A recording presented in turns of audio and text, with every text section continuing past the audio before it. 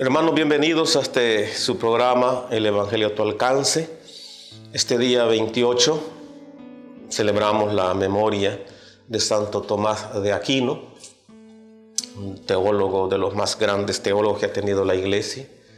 La Iglesia en aquella época daba el título de doctores a algunas personas santas por su pensamiento, por su vida, por su forma de entender el Evangelio. Y Santo Tomás es uno de ellos, de los doctores de la Iglesia. Es más, la Iglesia le dio el mote de doctor angélico por su doctrina, ¿no? Y este día seguimos con el Evangelio de San Marcos, en el capítulo 3. Nos dirá Marcos hoy: en aquel tiempo llegaron a donde estaba Jesús, su madre y sus parientes. Se quedaron fuera y lo mandaron llamar. En torno a él estaba sentada una multitud. Cuando le dijeron: ahí fuera están tu madre y tus hermanos que te buscan, le respondió él: ¿quién es mi madre y quiénes son mis hermanos? Luego, mirando a los que estaban sentados a su alrededor, dijo: estos son mi madre y mis hermanos, porque todo el que cumple la voluntad de Dios, ese es mi hermano, mi hermana y mi madre. Palabra del Señor. Gloria a ti, Señor Jesús. Hermanos, estamos ante un versículo del Evangelio de Marcos, un texto que le encanta a los protestantes para atacar la maternidad divina y la virginidad perpetua de María. Dicen, ellos aceptan que María es la madre de Dios.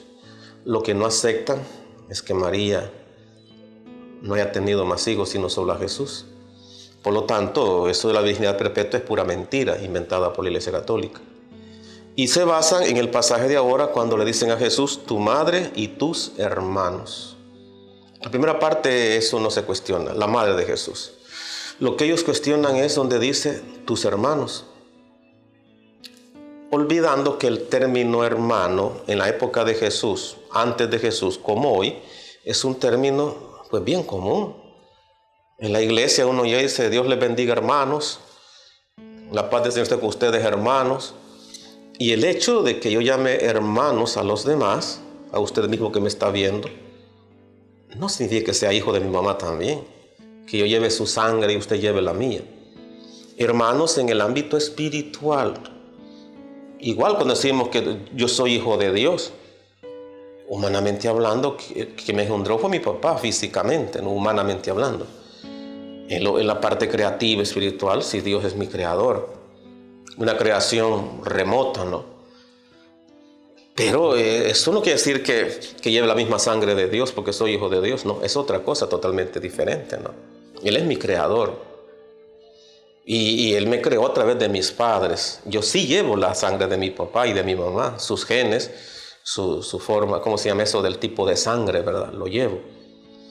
Entonces, hablando en el tema que estamos, cuando dice los hermanos de Jesús, pero que digan, que comparen en qué otro texto dice que realmente son hijos de la Virgen. Porque dice hermanos de Jesús, no dice hijos de la Virgen.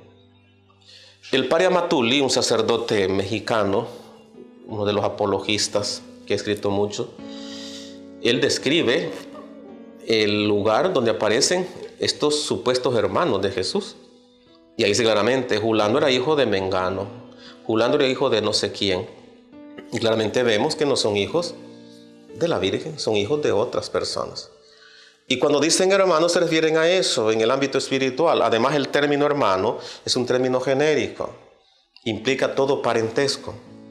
Recuerden que la Biblia se escribió en hebreo, en arameo, griego.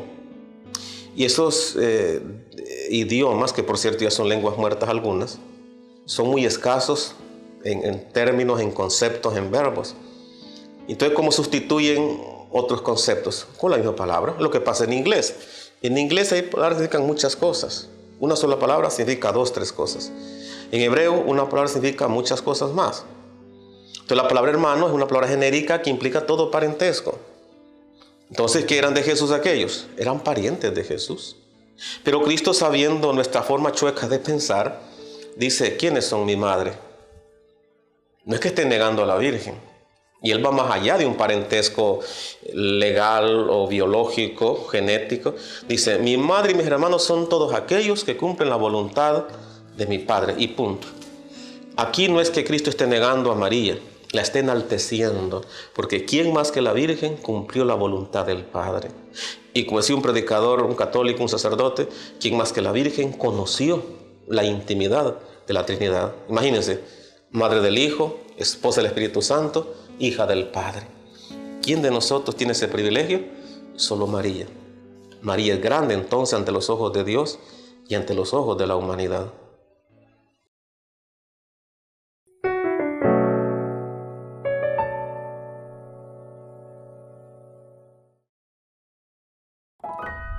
Católicos NTV Producciones.